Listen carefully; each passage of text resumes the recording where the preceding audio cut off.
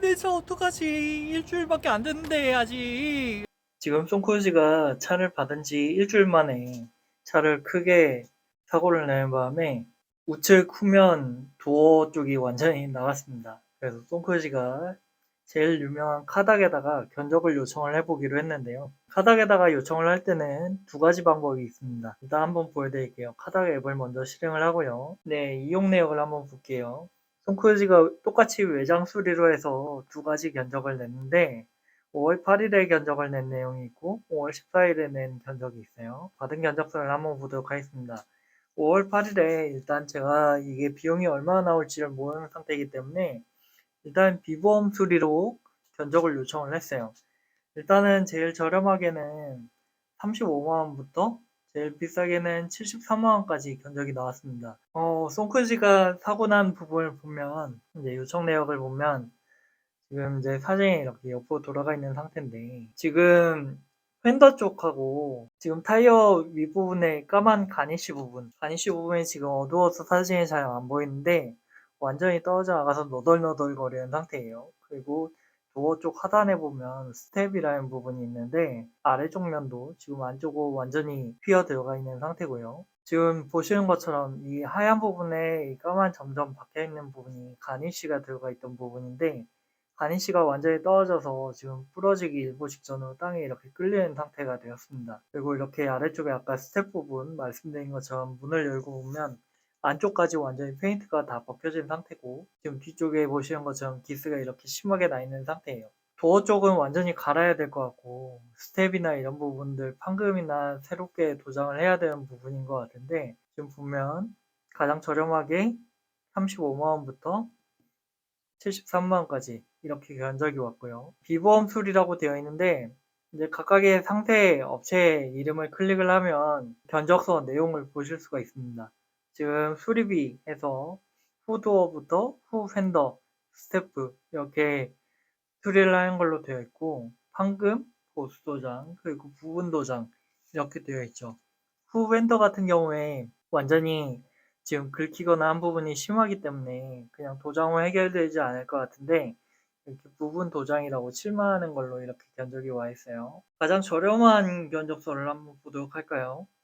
가장 저렴한 견적 보면 조수석 후도어 쪽만 판금 유지보수 도장한다라고 되어 있는데 이렇게 35만 원 되어 있잖아요. 그러면 이 부분 같은 경우는 직접 방문을 했을 때 스텝 부분이라던가 뒤쪽 가니쉬 부분 100% 추가 비용이 발생이 되게 됩니다. 그렇기 때문에 여러분들께서 이 카닥에서 견적서를 보실 때 견적 내용에서 수리 내역이 어떻게 되는지를 꼼꼼히 보셔야 되는 부분이 하나 있고요.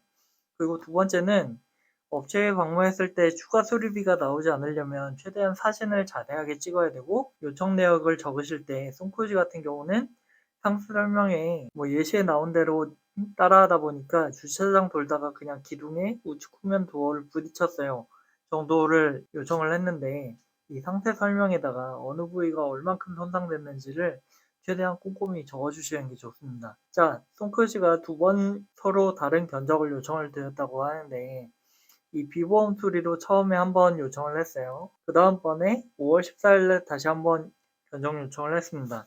이 부분은 보험 수리로 이제 송크루즈가 견적을 요청을 했는데 수리비 내용 온 거 보시면 일단 업체는 완전히 똑같지 않기 때문에 다른 업체에서 온 견적서들이고요. 비보험 수리에 비해서 견적을 접수하는 업체 자체가 굉장히 적어요. 그리고 이렇게 4개의 업체에서 견적을 받았는데 지금 제일 견적이 낮게 나온 부분이 79만 원부터 정말 많이 나온 곳은 100만 원까지 견적이 나왔죠. 이 부분이 이제 보험 수리 같은 경우는 보험사에다가 비용을 청구해서 받는 부분이잖아요.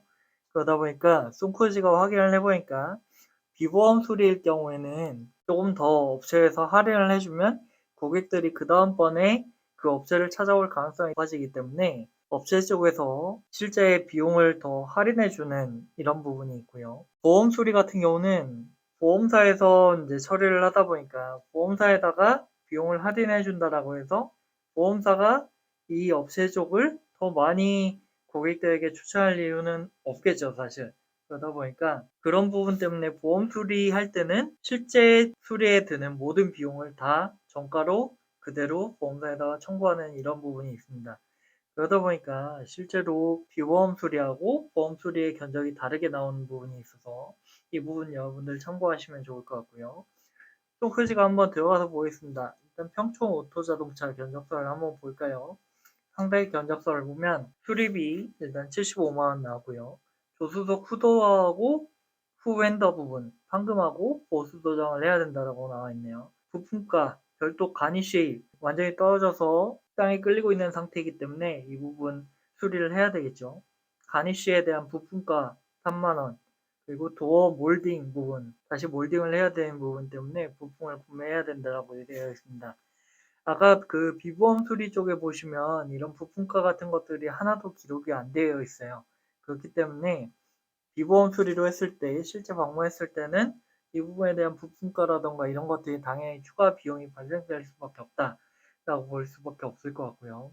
물론 송크루지가 요청 내역에 보시면 조금 더 상세하게 이렇게 적었습니다. 그리고 사진 같은 경우도 좀 더 상세하게 올렸고요. 사고가 난 부분 보면 이제 문을 열었을 때 문 안쪽까지도 이렇게 지금 손상이 된 걸 알 수가 있어요. 그렇기 때문에 문 자체는 교환을 해야 될 것 같고 뒷부분에 가니시나 이런 부분도 밝은 곳에서 촬영을 해서 사진을 올렸습니다. 지금 사진 상세 설명에 송코지가 아까에 비해서는 조금 더 상세하게 설명을 했잖아요. 도어 외부와 내부 그리고 팬더가 다 손상이 되었고 뒤쪽 가니쉬는 고정이 되지 않는 상태인데 운행에 지장이 없고 녹이 슬지 않는 범위 내에서 최소한의 수리만 하려고 합니다. 라고 적었죠. 선택한 손상 부위, 후도어, 후핸더, 그리고 스태프 이렇게 되어 있는데 카닥은 기본적으로 수리 견적을 요청을 하면 48시간 동안 수리 견적서를 접수를 받습니다. 48시간 내에 견적서를 제출하는 업체 쪽으로부터 이런 견적서들이 다 접수가 되고요. 상세한 견적서는 제가 보여드린 것처럼 이렇게 들어가서 보실 수가 있습니다. 송크루즈는 결론적으로는 카닥을 통해서 수리는 하지 않기로 했어요. 왜냐하면 방문을 했을 때 실제 견적 금액하고 차이가 발생할 수 있는 부분 때문에 여러 군데를 방문을 해봐야 되는 이런 불편함이 있고 일단 송크루즈가 차를 뽑은 지 일주일밖에 안 되었잖아요. 그러다 보니까 실제 전문적으로 이 니로를 수리할 수 있는 오토큐 기아 정식 오토 서비스 센터에서 수리를 받기로 결정을 했습니다. 여러분들께 간단하게 조그만 기스나 이런 것들은 사실 오토큐나 이런 업체를 방문을 하게 되면 큰 업체일수록 조금 더 인건비라던가 이런 부분들이 발생되는 부분이 있기 때문에 네, 오토큐나 이런 곳을 방문해서 수리를 하기보다는 카닥을 통해서 수리를 하는 경우가 굉장히 많고요. 여러분들께 카닥을 통해서 견적을 받는 방법에 대해서 간단하게 공유를 드렸습니다. 그럼 소크루즈는 다음 주에 제 소중한 새 차 니로 기아 오토큐에서 수리받은 후기를 여러분들께 공유를 드리도록 할 예정이고요. 다음 주에는 아마 올뉴 니로를 받으신 분들 중에서 이렇게 크게 수리를 하는 분이 제가 최초가 될 것 같습니다. 그럼 다음 주 영상도 여러분들 기대해 주시고요. 송크루즈는 다음 주에 또다시 일상 속에서 좀 더 돈과 노력을 절약할 수 있는 또 다른 에피소드 여러분들께 돌아오도록 하겠습니다.